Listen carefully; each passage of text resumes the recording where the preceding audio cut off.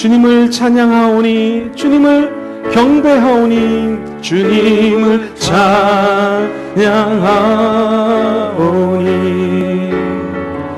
주님을 경배하오니 왕이신 예수여 오셔서 좌정하사 다스리소서. 왕이신 하나님, 우리 예배 가운데 임하여 주시고 다스려 주시고 역사하여 주시옵소서. 예수님의 이름으로 간절히 기도합니다. 아멘. 할렐루야.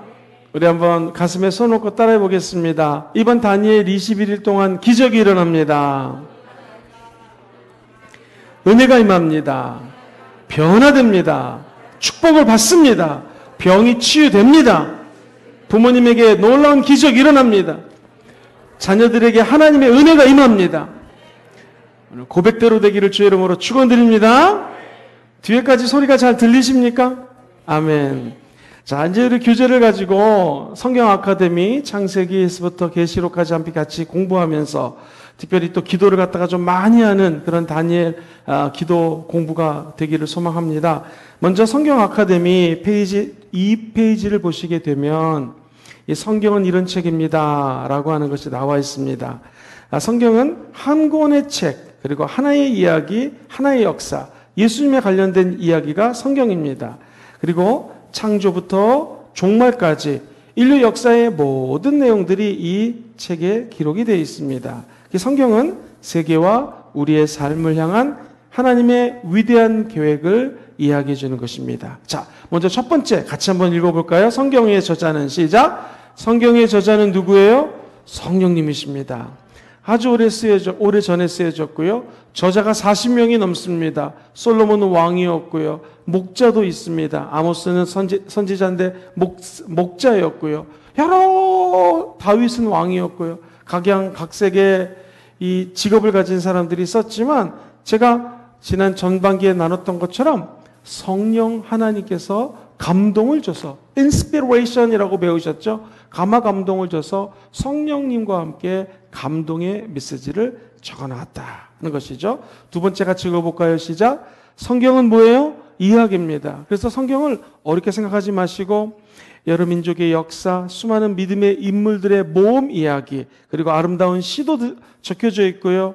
칼같이 날카로운 충고도 있고요. 폐부를 찌르는 우리를 설득하는 말씀도 이 성경에 담겨져 있습니다.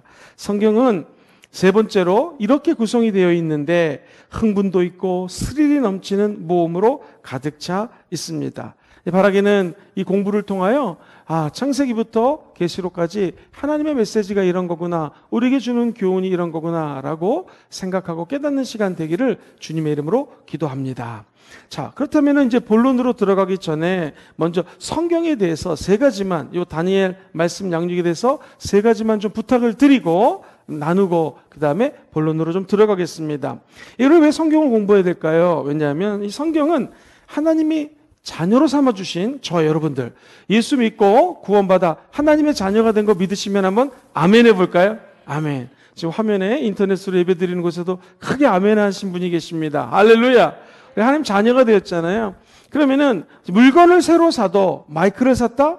마이크를 잘 쓸 수 있도록 파울링이 생기지 않고 잡음이 생기지 않을 수 있도록 마이크 사용법이 있어요. 매뉴얼대로 따라가야 됩니다. 마찬가지로 하나님의 자녀가 어떤 길을 가야 되는가, 어떻게 살아야 되는가 궁금하지 않습니까? 이게 바로 성경 안에 담겨져 있습니다.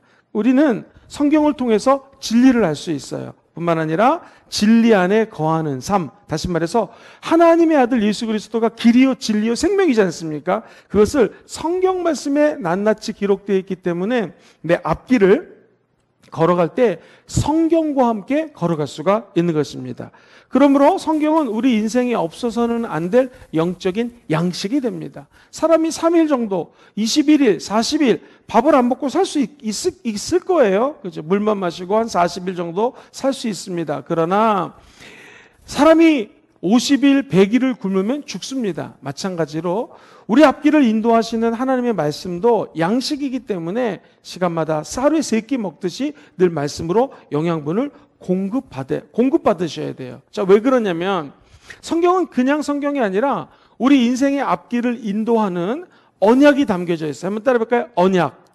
이게 가장 중요한 핵심 메시지가 언약입니다. 그래서 구약에는 언약의 백성, 하나님으로부터 택함 받은 백성, 이스라엘에 관련된 이야기가 적혀져 있다면, 이제 오늘날 예수님의 죽고 부활하심을 통하여 하나님의 자녀가 된 저와 여러분들은요, 구약을 공부하든 신약을 공부하든 하나님이 각자 개인에게 하신 언약의 말씀, 이것을 우리가 깨달아 알 수가 있다는 거예요. 그럼 어떻게 이 언약의 약속을 받을 수 있을까요? 한번 따라해 볼까요? 기록된 말씀. 성경 말씀이 기록된 말씀이잖아요. 이걸 읽고 묵상하고 입술로 선포하고 암송하면서 하나님이 우리에게 주신 언약을 알 수가 있어요. 두 번째 한번 따라해 볼까요? 선포된 말씀. 선포된 말씀은 뭐예요? 주의 종이 하나님 말씀을 설교할 때, 아, 이게 하나님의 뜻이구나, 혹은 하나님이 나에게 주신 언약이구나 라고 아멘으로 받을 수가 있어요. 한번 따라해 보시겠습니까? 세 번째, 레마의 말씀. 하나님 말씀을 듣고 읽고 묵상하고 암송하다가 하나님 내 마음 깊은 곳에 성령의 은혜 가득하게 말씀을 주실 때가 있어요. 그것은 로고스, 객관적인 하나님의 진리의 말씀이 나에게 말씀하시는 개인적인 주관적인 말씀, 레마의 말씀이 될 수 있다는 것이죠. 바라기는 하나님이 우리 앞길을 레마의 말씀을 통하여, 설교 말씀, 선포된 말씀을 통하여, 혹은 written word, 하나님의 적혀져 있는 기록된 말씀을 통하여 하나님의 언약을 다 받으시는 백성들 되시기를 주의 이름으로 축원드립니다. 그래서 성경을 읽을 때는요, 하나님의 생각을 받아들이는 것입니다. 언약을 받아들이는 것이기 때문에 인간의 생각이 하나님 주시는 언약과 혼미하게 겹쳐서는 안 돼요. 저와 여러분들은 말씀을 말씀대로 다 받으셔가지고 하나님 주시는 언약과 축복을 누리시기를 주의 이름으로 축원드립니다. 확실한 것은 하나님은 지금도 성경 말씀을 통하여 저와 여러분들의 앞길을 인도하시고 언약을 주십니다. 두 번째로요, 사람이 잘 안 변해요. 사랑하는 우리 아내 여러분, 결혼하고 남편을 변화시키려고 애썼는데 남편이 변하던가요? 안 변합니다. 사람은 정말 안 변합니다. 자녀 변화시키기 위해서 우리 부모님들 얼마나 많이 혼을 내고 야단을 쳤어요. 참 변화되기가 어렵습니다. 그런데 신기한 것은 성경은요, 우리를 변화시킵니다. 왜냐하면 우리의 삶을 주관하는 손과 발, 육체, 이것을 지배하는 것이 혼의 세계거든요. 바로 이 지, 정, 의지가 내 육체를 움직이게 하는데, 우리 예수 믿는 사람은 이 지정이 혼의 세계를 움직이는 그 가운데 핵심적인 정말 제일 중요한 영적인 세계가 있어요. 이 영적인 세계는 누가 자리 잡고 계시는가? 예수 믿고 구원받은 여러분들에게는 이제 성령님이 우리 안에 성령으로 성전 삼으시고 좌정하고 계세요. 다스리고 계십니다. 그렇다면 성경의 저자가 누구라고요? 성령님. 그 성령님과 함께 걸어가는 자들에게는 성령이 우리의 지성, 감정, 의지를 변화시켜 주세요. 그리고 당연히 그렇게 성경 말씀이 성령 하나님에 의해서 변화되게 하는 사람들은요, 내 손과 발과 육체와 삶이 변화되는 거예요. 질병으로부터 치료되기 원하시는 분들은 아멘 해볼까요? 이게 어떻게 가능합니까? 성전 삼고 계시는 성령이 내 안에서, 내 영혼의 깊은 곳에서 생수를 터뜨리게 되면은요, 한번 따라해볼까요? 나을 수 있다. 감사합니다. 그죠? 나을 수 있다는 지적인 감동이 오고요, 가슴속에 이제 내가 치유가 됐구나 하는 감사와 감동이 넘칩니다. 그리고 의지적으로 입술로 병이 떠나갔습니다 선포하고요, 어떤 분들은 성경책에다가 저가 채찍에 맞음으로 내가 나음을 입었습니다라는 말씀을 성경책에서 그대로 베껴가지고 이 노트에다가 계속 적어가면서 10,000번이고 1,000번이고 선포하는 것입니다. 그러면 의지적으로 내가 적고 입술로 선포할 때 진짜 병마가 떠나가는 것을 체험하게 될 것입니다.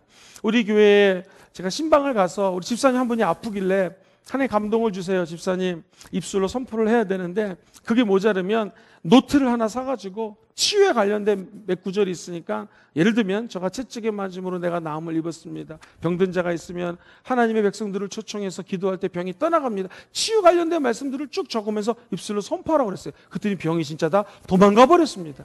이것은 우리 인간이 알고 감정적으로 느낀 다음에 의지적으로 말씀을 실천하게 되면 진짜 기적이 일어납니다. 변화가 일어납니다. 그래서 성경은 우리를 근본적으로 변화시킬 수 있는 능력이 이 성경 말씀이 있다는 거예요.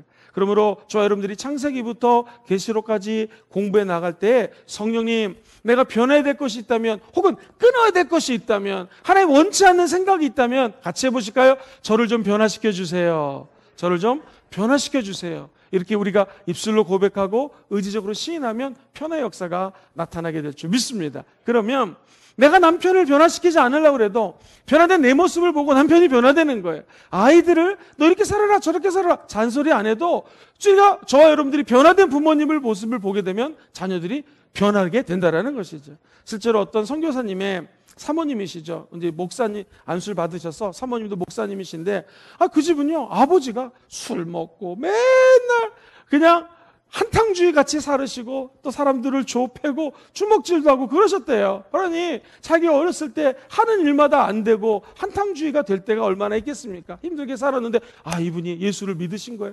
아버지가 예수님 믿고 진짜 말씀을 받아들이니까 아버지가 변화되더래요. 그래서 제가 형제 수가 4명인지 5명인지 잊어먹었는데 형제가 4, 5명인데 아버지 변화되는 모습을 보고 세상에 딸들이 다 사모님이 되셨고요. 이제 목사 안수 받은 분들이 계시고 다 남자분들이 목사님이 되셨어요. 그러니까 너희들 똑바로 살아라 그러지 않아도 우리의 변화되는 모습을 보고 자녀들이 변화되는 것, 이것은 바로 성령 하나님이 말씀을 통하여 역사하시면 가능하다라는 것입니다. 그러므로 성경은 하나님의 자녀가 살아가는 뭐를 보여줘요? 길을 보여주고 우리를 어떻게 해줘요? 변화시켜줘요. 누구 때문에? 예수님의 말씀 때문에. 마지막 3번째 한번 따라해볼까요? 성경은 하나님의 뜻을 알게 합니다. 시작. 성경은 하나님의 뜻을 알게 됩니다. 그러니까 우리가 가는 길만 인도하시는 것이 아니라 내가 앞으로 어떻게 가야 될지, 하나님의 뜻이 무엇인지를 성경을 통하여 명명백백히 알 수가 있다는 거예요. 그러므로 성경을 우리가 꼭 공부해야 됩니다. 연구해야 됩니다. 그렇게 귀중한 것이 성경 말씀이다. 하나 기억해 주시면 좋을 것 같습니다. 자, 목사님, 그러면 이제 오늘부터 강의가 시작되는데 어떻게 이 공부를 이끌어 나가실 것입니까? 먼저 성경은요, 한번 같이 해보실까요? 총 66권. 시작. 자, 구약이 몇 권이죠? 39. 어떻게 외우라고요? 39, 27. 신약이 몇 권? 이게 더하기죠? 27권. 39, 27. 그래서 합치면은 총 66권이 됩니다. 그래서 제가 창세기 같이 좀 긴 거는요, 하루 정도, 하루 반 정도 강의를 하고요. 그 다음에 조금 좀 긴 내용들은 하루에 한 챕터씩 나가도록 하겠습니다. 근데 짧은 거는요, 2, 3세를 묶어가지고 강의를 하도록 하겠습니다. 그래서 오늘은 첫날이기 때문에 요 39권 구약에 대한 간단한 설명을 하고 창세기 앞부분을 좀 언급하도록 하겠습니다. 자, 먼저 표를 보시면은요, 구약 성경에 율법서를 한번 좀 보여주시죠. 목사님, 율법은 무엇입니까? 이 구약은 한번 같이 따라해보세요. 하나님의 약속. 시작. 언약이라고 말씀드렸죠. 약속, 언약 다 똑같은 것인데 구약, 오래된 약속 또는 구약, 옛날 약속, 이게 구약이라는 뜻이에요. 구약은 처음부터 완전히 약속으로 시작됐다가 약속으로 끝납니다. 그럼 먼저 율법서라는 것이 있는데 같이 한번 해보실까요? 모세오경. 모세가 5권의 책을 적었거든요. 구약 성경 제일 앞에 나오는, 성경책 제일 앞에 나오는 5권이 율법서입니다. 율법서 먼저 같이 읽어볼게요. 율법서 시작. 창세기, 출애굽기, 레위기, 민수기, 신명기. 이것은요, 하나님이 인간을 어떻게 만들었는가 창세기에 나옵니다. 그리고 하나님이 택한 민족이 이렇게 살고 있습니다라고 스토리가 나와요. 이야기가 나와요. 중요한 것은 하나님이 어떻게 이스라엘 백성들을 홍해를 가르고 출애굽시키셨는지, 그리고 하나님이 성막을 주셔서 어떻게 언약 관계의 백성을 만들었는지, 또 언약 관계에 맺어진 백성이 잘못 살면은 하나님이 심판한다라는 것, 또 칭찬한다는 이런 내용들이 율법서에 쭉 기록이 되어 있습니다. 이것을 우리는 모세가 적었다고 해서 모세오경이라고 이야기를 합니다. 이 모세오경이 지나면 한번 같이 해보시죠. 역사서. 역사서는요, 여기 적혀져 있는 이 내용들이 역사서입니다. 먼저 한번 읽어보고 제가 설명드립니다. 시작. 여호수아, 사사기, 룻기, 사무엘상, 사무엘하, 열왕기상, 열왕기하, 역대상, 역대하, 에스라, 느헤미야, 에스더. 자, 이것을 갖다 우리는 역사서라고 그래요. 역사서는 한마디로 뭡니까? 이스라엘의 역사에 대해서 언급을 하고 있습니다. 뿐만 아니라 성경은 시가서가 있어요. 시가서는 히브리 시 또는 지혜 문학이라는 것입니다. 5가지가 있는데 같이 한번 읽어보죠. 시작. 욥기, 시편, 잠언, 전도서, 아가. 이 5가지를 시가서라고 표현을 합니다. 이제 하나님은요, 하나님 백성들에게 말씀을 선포할 때 선지자를 통해서 말씀을 선포하셨습니다. 그래서 이것을 예언서라고 표현을 하는 것이 있습니다. 분량이 많으면 대예언서가 되고요. 분량이 적으면 어떻게 될까요? 소예언서가 됩니다. 먼저 분량이 많은 구약에 나오는 예언서 같이 읽어보죠. 시작. 이사야, 예레미야, 에가, 에스겔, 그리고 마지막으로 다니엘. 이것을 대예언서라고 얘기를 합니다. 그 다음에 소선지서 또는 소예언서라고 불리는 것도 있는데요. 자, 다 알고 있지만 한번 화면을 보면서 읽어봐요. 시작. 호세아, 요엘, 아모스, 오바다, 요나, 미가, 나흠, 하박국, 스바냐, 학개, 스가랴, 말라기. 성경 주로 뒤에 나오는 이것을 우리는 소예언서라고 합니다. 제가 중간중간 까먹지 않도록 다시 한번 언급을 하면서 지금 이 전체적인 구약에 대한 이야기는 중간중간에 또 정리를 해 드리도록 하겠습니다. 자, 그러면은 첫 번째 책 창세기로 들어가도록 하겠습니다. 여러분 교재 8페이지를 보시게 되면은요, 창세기 기록 목적을 같이 한번 읽어보겠습니다. 시작. 창세기는 유일하신 하나님의 존재, 우주 만물의 생성, 가족의 형성, 죄의 기원, 언어의 분산 및 종족의 발전 등을 제시하고 있습니다. 또한 소명과 언약을 통해 이스라엘 백성을 향한 밑줄 그으세요. 하나님의 섭리와 사랑. 하나님 택한 백성을 향한 하나님의 섭리, 그리고 하나님의 사랑에 대해서 적혀져 있어요. 더 중요한 것은 장차 예수님께로 이어질 하나님의 구원 계획. 한번 따라해 보시죠. 하나님의 구원 계획. 어떻게 내가 너희들을 구원할 거다라고 하는 하나님의 계획이 적혀져 있습니다. 그래서 우리 순복음 금정교회도 5가지 P가 있어요. 기억하시죠? 프레젠스, 하나님의 임재고요. people, 사람들을 갖다가 예수님의 제자로 양육하는 것이고요. 세 번째가 바로 내년도에 있을 파워, 성령의 권능입니다. 그리고 하나님의 purpose, 목적이 무엇인가. 이 4가지를 성령 안에서 기도하고 열심히 추구하는 자들에게는요, 하나님의 플랜, 계획을 알 수 있어요. 뭘 통해서? 하나님 말씀을 통하여. 그래서 창세기는 하나님이 이 땅을 어떻게 창조했고 앞으로 어떻게 이끌어 나갈지에 대한 계획이 담겨져 있습니다. 한 인간도, 한 조직도 하나님 주시는 계획이 있어요. 이 계획을 따라갈 때 하나님은 복을 허락하여 주실 것입니다. 당연히 모세 오경이니까 창세기는 누가 저자입니까? 모세가 저자죠. 특징이 있습니다. 이거 한번 읽어보겠습니다. 시작. 우주 만물과 인류의 기원, 그리고 구속사의 시작을 보여주는 책으로 우주 만물과 생명의 기원이 누구예요? 오직 하나님으로부터 나타나게 됨을 분명히 하고 있어요. 자, 그 밑에 줄도 읽어보죠. 시작. 아브라함과 그의 자손을 통해 온 인류를 위한 하나님의 구원의 약속이 주어졌다. 따라서 모든 성경의 중심은 구원의 약속을 성취하신 예수 그리스도에게 집중하고 있다. 자, 이것을 어려운 말로 이제 이번 다니엘 때 무지무지 많이 할 제 얘기가 뭐냐면 따라해볼까요? 구속사적 관점. 시작. 구속사적 관점에서 우리가 성경을 풀어나갑니다. 구속사적인 관점은 뭐냐면 쉽게 얘기하면 예수 그리스도를 이 땅에 보내신 하나님의 계획, 믿는 사람들은 다 구원받아 천국 갈 거라는 하나님의 계획. 하나님은 또한 이 땅에 창세기뿐만 아니라 요한계시록을 통하여 심판주로 임재할 것이라는 하나님의 역사의 드라마가 있습니다. 스토리가 있어요. 이 얘기의 주관자는 누구시다? 하나님이세요. 그 하나님의 약속을 성취하기 위해서 이 땅에 오신 분이 누구시다? 예수님. 예수님이 3년 반의 공생애를 사시고 승천하시면서 너희가 내가 하나님이 올 때는 너희가 알 바가 아니라 아버지의 약속하신 것을 기다리라. 아버지의 약속하신 것이 뭐예요? 1번 돈, 2번 명예, 3번 아파트, 4번 성령님. 어쩜 그렇게 잘하십니까? 아버지 약속하신 것은 축복, 물질적인 부요함, 건강 이런 것도 있겠죠. 그러나 아버지가 약속하신 건 무엇이다? 성령님이 올 때까지 예루살렘을 떠나지 말고 뭐하고 있으라? 기도하라고 그러셨죠. 그러니까 예수 그리스도가 십자가를 지고 이 땅에 오셨으면 이것을 연결시켜서 성경을 푸는 것을 우리는 구속사적 관점이라고 표현해요. 말이 어렵죠. 쉽게 얘기하죠. 예수 중심. 왜 예수님이 이 땅에 오셨는지를 중심적으로 창세기부터 계시록까지 풀어나가는 거예요. 그래서 기독교는 누누이 얘기하지만 역사사관이 역사를 바라보는 관점이 기독교는 따라해 보시겠습니까? 직선사관. 쉽게 해가지고 창조가 있으면 계시록을 통하여 종말이 있다라는 것이죠. 자, 창세기 1장 1절 같이 한번 암송해 볼까요? 1장 1절. 태초에 시작. 태초에 하나님이 천지를 창조하셨습니다.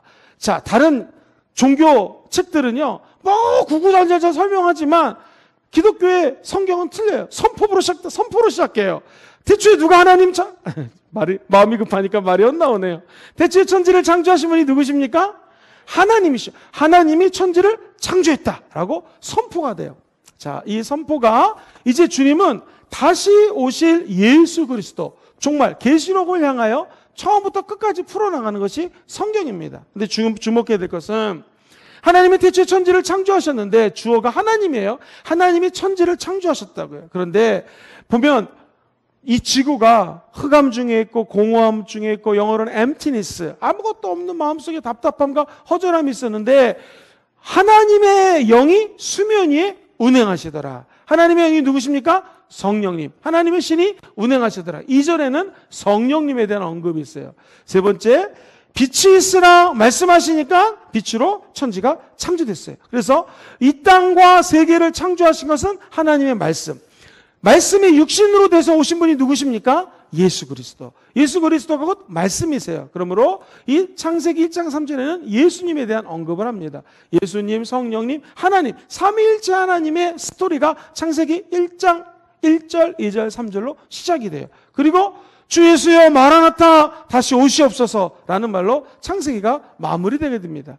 요한계시록의 마무리가 되게 돼요. 그러면 인류의 역사는 창조가 있고 저 종말을 향하는 하나님의 구속사적인 관점에서의 플랜, 계획이 이 창세기 안에 담겨 있다는 거예요. 요거를 생각하시고 하나님이 어떻게 인류의 구속을 또는 구원을 펼쳐나가실지를 기대하는 것, 이게 창세기의 핵심 포인트입니다. 자, 이 시간 관계상 강의를 오래 하지 않기 때문에 창세기 앞부분을 핵심으로 정리해 드리도록 하겠습니다. 천지 창조, 누가 창조하셨어요? 하나님이. 천지가 답답할 때 누가 운행하셨어요? 성령님이. 뭐로 창조하셨어요? 예수님의 말씀으로 창조하셨다. 그런데 독특한 게 있어요. 다 창조하시고 난 다음에 제일 축복받고 박수받고 창조된 것이 누구시다? 저와 여러분, 인간이라는 것입니다. 인간은 하나님이 모든 것들을 다 창조하고 누리고 다스리고 생육하고 번성하기 위해서 마지막으로 창조하셨다라는 거예요. 그런데 하나님의 창조 방법 보면 신묘막측합니다. 박스에 잘 정리가 되어 있어요. 아담과 하와를 보겠습니다. 아담은 하나님의 형상과 모양대로 창조가 되었어요. 뭘 할 수 있어요? 아담을 통하여? 인간 속에는 무엇이 담겨져 있다? 하나님이 담겨져 있다. 하나님을 발견하게 되는 거예요. 그래서 우리가 믿지 않는 사람들도 한번 따라해 보시죠. 예비성도 시작. 아예 저분 속에서도 이제 하나님만 믿으면 저 안에서도 하나님을 발견할 수 있다라고 믿는 거예요. 우리가 이거 끝나고 나면은 홈커밍 데이를 합니다. 교회 안 오려고 하는 사람들, 친척들, 자녀들이 있다면 그 영혼 속에서도 하나님의 형상을 따라 창조된 하나님의 작품이라는 믿음을 가져보시게 되기를 주의 이름으로 축복합니다. 근데 우리 인간은 재질을 뭘로 창조하셨어요? 같이 한번 해볼까요? 흙으로. 이건 뭐예요? 인간이 흙으로 태어났기 때문에 다시 뭘로 돌아갑니까? 흙으로 돌아가는, 한마디로 얘기하면 연약한 존재예요. 질그릇 같은 존재예요. 제가 갖고 있는 이 컵을 딱에 떨어뜨리면 이 컵이 깨집니다. 마치 질그릇 같은 존재가 우리 존재고, 이 땅에 누구도 80년, 요즘 100세 시대, 100세, 아니 120세를 살아도 결국에는 다시 흙으로 돌아가는 존재가 인간이라는 것을 깨닫게 됩니다. 또 아담은요, 제일 중요한 게 코에다가 생기를 후 불었어요. 이것을 히브리어로 한번 저를 따라해 보시죠. 루아흐. 헬라어로는 푸뉴마. 이 뭐라고요? 성령님을 상징하여 성령의 생기가 이 아담 몸속에 들어오자 생명이 되었고, 그때부터 아담은 하나님의 사람으로 활동을 하기 시작해요. 다시 말해서 하나님의 영, 성령이 바람같이 우리 영혼 속에 내재된다. 쉽게 얘기해가지고 성령 하나님이 아담의 혼 속에, 영 속에 들어오자 하나님의 사람이 되었어요. 그렇게 따지면 믿지 않는 사람과 우리의 차이점은 무엇이다? 우리는 예비 신자들, 저 믿지 않는 불신자들이 우리랑 차이점의 핵심은 우리는 하나님의 루아흐, 성령이 우리 안에 계셔서 성경 말씀을 깨닫게 하시고 이 말씀대로 변화된 인생을 살 수 있도록 인도하시는 분이 우리 안에 계신 성령님이라는 거예요. 근데 불신자들은 그 성령님이 없기 때문에 엉뚱한 곳에 가서 비나이다 비나이다. 무슨 어떤 걸 드릴 때도 쌀을 막 씻어서 드린다. 그 이방신들이 하는 것이, 이방신에게 제사 지낼 때 그러는 것이죠. 기독교는 그런 종교가 아닙니다. 내 안에 계신 성령님과 함께 살면서 창조하신 하나님, 은혜 주신 하나님, 나를 변화시킨 하나님, 그 하나님의 은혜 때문에 예배를 드리고 그분의 은혜를 높이고 찬양하고 경배하는 것이 좋아요. 여러분, 예수 믿는 사람들의 예배인 줄 믿습니다. 또 하나, 아내를 창조하셨는데 그 아내 이름이 하와인데 아담의 뭐를 취해서? 갈비뼈를 취해서. 그래서 남자와 불가분의 관계, 동등한 관계다. 그래서 목사님들이 그런 비유 많이 하지 않습니까? 아담과 하와를 창조할 때 아담의 머리뼈로 만약에 아내를 만들었으면 아내가 늘 머리 위에 올라갈 것이요, 발뼈로 만들었으면 맨날 남편이 아내를 발로 밟았을 것이다. 그런데 동등하게 어디서 취했어요? 갈비뼈를 띄어서 아내를 창조했다. 즉 동반자여 파트너라는 거를 기억하라는 것이죠. 자, 그런 인간에게, 아담에게 죄가 들어옵니다. 뭘 통해서? 마귀가 선악과를 따먹게 하죠. 동산의 모든 실과는 다 먹어도 좋지만 선과 악을 알게 하는 선악과는 먹지 말라 했는데 마귀의 유혹에 넘어가서 먼저 하와가 타락을 하고 남편에게 그 선악과를 주게 돼서 남편이 먹다가 꼴까닥 하는데 죄! 해가지고 그게 어디에 걸렸어요? 여기 걸렸기 때문에 영어로 남자들의 이것을 아담스 애플이라고 얘기를 해요. 정말로 아담의 사과다. 사과가 여기 걸렸다라는 것이죠. 자, 물론 사실은지 아닌지는 이제 나중에 천국 가면 하나님께 여쭤봐야겠지만 핵심은 무엇입니까? 마귀는 지금도 변함없이 저 여러분들에게 뱀처럼 나타나서 정말 이거 먹지 말라고 그랬냐? 의심을 주는 것이죠. 네가 진짜 하나님의 아들이거냐? 그러면 저 분은 곳에서 떨어져 봐라. 또는 이 돌덩어리가 변해서 떡덩어리가 되게 하라. 마귀는 끝까지 의심을 주는 거예요. 저 여러분들이 예수 그리스도의 이름과 하나님의 말씀으로 물리치시게 되기를 주의 이름으로 축원드립니다. 그런데 한번 따라해볼까요? 구약은 죄와 심판과 구원, 이게 지속적으로 반복이 돼요. 지금 아담과 하와가 죄를 졌잖아요. 어떻게 죄를 졌어요? 창세기 3장을 보니 뭘 먹었다? 선악과를 먹었다. 죄는 뭐예요? 불순종이 죄라는 것이죠. 그러니까 심판을 하나님 주셨는데 에덴으로부터 추방해버립니다. 자, 사랑하는 성도님들, 제가 설교 때 말씀드렸지만 이 죄가 들어오니까 그동안은 벌거벗고 있어도 부끄럽지 않았는데 죄가 들어오니까 자기 부끄러운 부분이 보이는 거예요. 그래서 얼른 무화과 나무를 가지고 부끄러운 부분을 가렸는데 햇빛이 찌니까 무화과 나무가 또르르 말려 보여가지고 다시 부끄러운 부분이 보여요. 그때 하나님이 그 부끄러운 죄를 상징하는 부분을 가릴 수 있는 것이 뭐냐면, 따라해보세요. 가죽옷. 이 가죽옷은 뭘 상징해요? 구속사적 관점에서 보게 되면 동물을 잡아서 피를 흘려야지만 가죽을 가지고 옷을 만들 수가 있어요. 마찬가지로 우리의 부끄러운 죄를 가릴 수 있는 것은 오직 예수의 피밖에 없습니다. 예수 죽음, 그의 피 때문에 저 여러분들의 부끄러운 죄가 가려지는 거예요. 이것을 한번 따라해볼까요? 구원. 그래서 구약은 계속적으로 죄를 짓고 심판을 당하고 그 다음에 또 구원하시는 하나님. 한번 따라해볼까요? 죄, 심판, 구원. 이 세 가지가 계속해서 반복이 돼요. 예를 들면 영어로 이런 말이 있어요. 우리가 먼저 informing이라는 단어를 쓰는데요. 뭐 기업에서도 뭔가 새로운 조직 문화라든가 새로운 아이템이 생길 때는요, informing 아이디어가 들어와요. 자, 그렇다면 조직 내에 informing이 들어오게 되면요, storming은 뭐냐면 막 회오리 바람이 불어요. 없던 게 생기면은 막 난리가 납니다. 없던 집안에 갑자기 물질이 들었다, 회오리 바람이 몰아치는 거예요. 그리고 난 다음에는요, informing이 storming, 바람이 부는데 점점 이것이 reforming, 점점 그 조직에 안착이 돼요. 그죠? 회복이 돼요. 그러고 난 다음에는 forming, 딱 틀을 갖추게 되는 거예요. 그런데 이 forming이 되면 어느덧 틀을 갖추게 나면 이거 가지고 또 계속 하다 보면은 기업이 제대로 돌아갈 수가 없어요. 뭔가 무엇인가 어딘가에 새로운 뉴 아이디어, 인포밍이 또 들어와야 돼요. 새로운 게 들어오면 막 변화의 바람이 불기 때문에 싫어하는 사람, 좋아하는 사람, 여러 가지가 엇갈려요. 근데 그것이 다시 reforming, 그 조직을 갖다가 새롭게 해요. 그 다음에 딱 안착이 되면 영어로 forming이라고 그러거든요. 딱 안정이 됐어요. 그래서 새로운 게 들어오고, storming, 바람이 불고, 그것이 다시 새롭게 구조화가 되고, 딱 그 조직이나 개인에게 forming, 딱 안착이 돼요. 근데 이걸로 만족하면 안 되고, 또 다시 새로운 것이 들어와야 돼요. 이게 계속 반복이 돼야 되는 것처럼, 그죠? 한 생명 있는 조직자가 이런 것처럼, 우리 인류에 대한 스토리도 뭐냐면, 첫 번째, 죄가 들어왔어요. 그래, 죄를 정했기 때문에 심판을 당해요. 근데 그게 끝나는 것이 아니라 다시 회복이 돼요. 근데 우리 인간은 또 뭘 져요? 죄를 또 져요.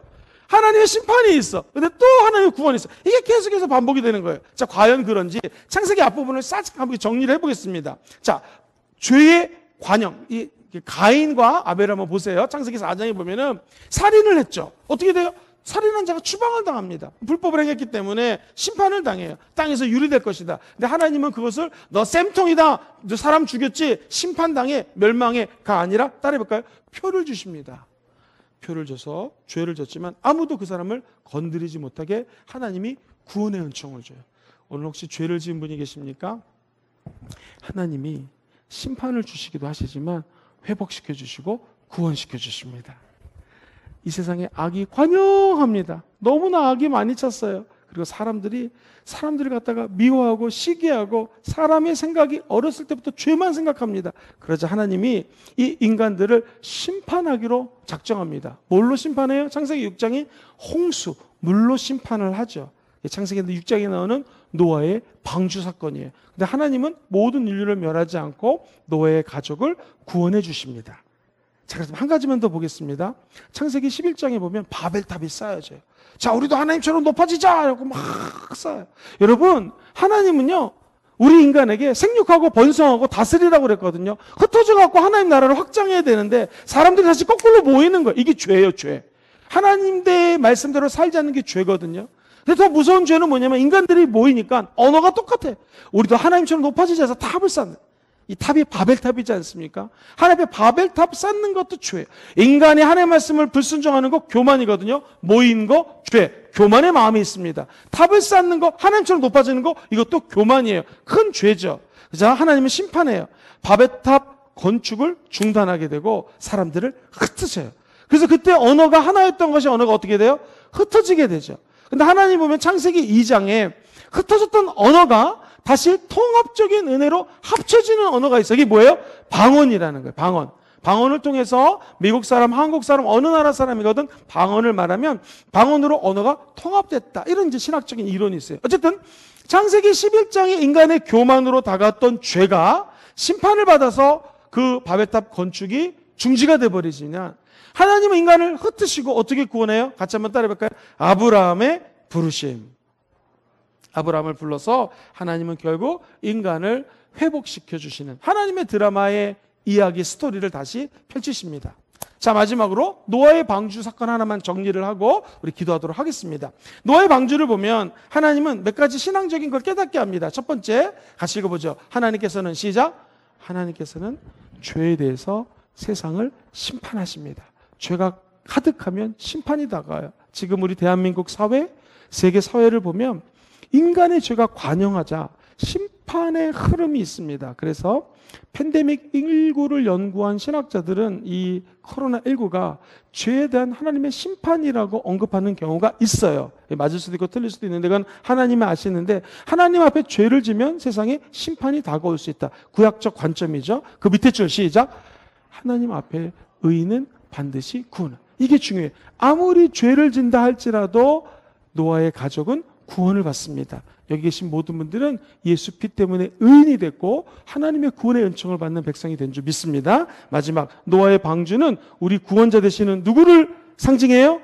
예수 그리스도를 상징한다. 그러므로 저 여러분들이 교회라고 하는 것은 방주입니다. 예수 그리스도 안에 들어오신 여러분들을 환영하고 축복합니다. 평생에 예수 그리스도의 십자가 은총이 함께할 지어다. 이 은혜 감격 가지고 늘 승리하시기를 주의 이름으로 축원드립니다.